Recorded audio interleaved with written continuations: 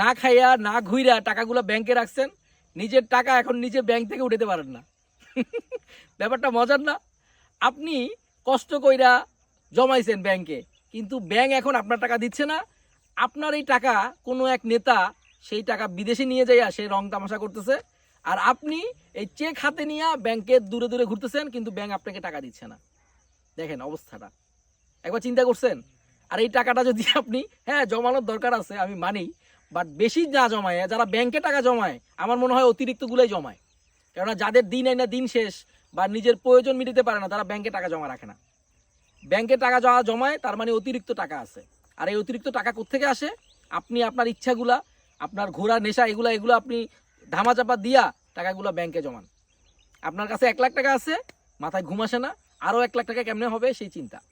আর ওই টাকা আপনি এখন ব্যাংক থেকে উঠাতে পারেন না। কেন?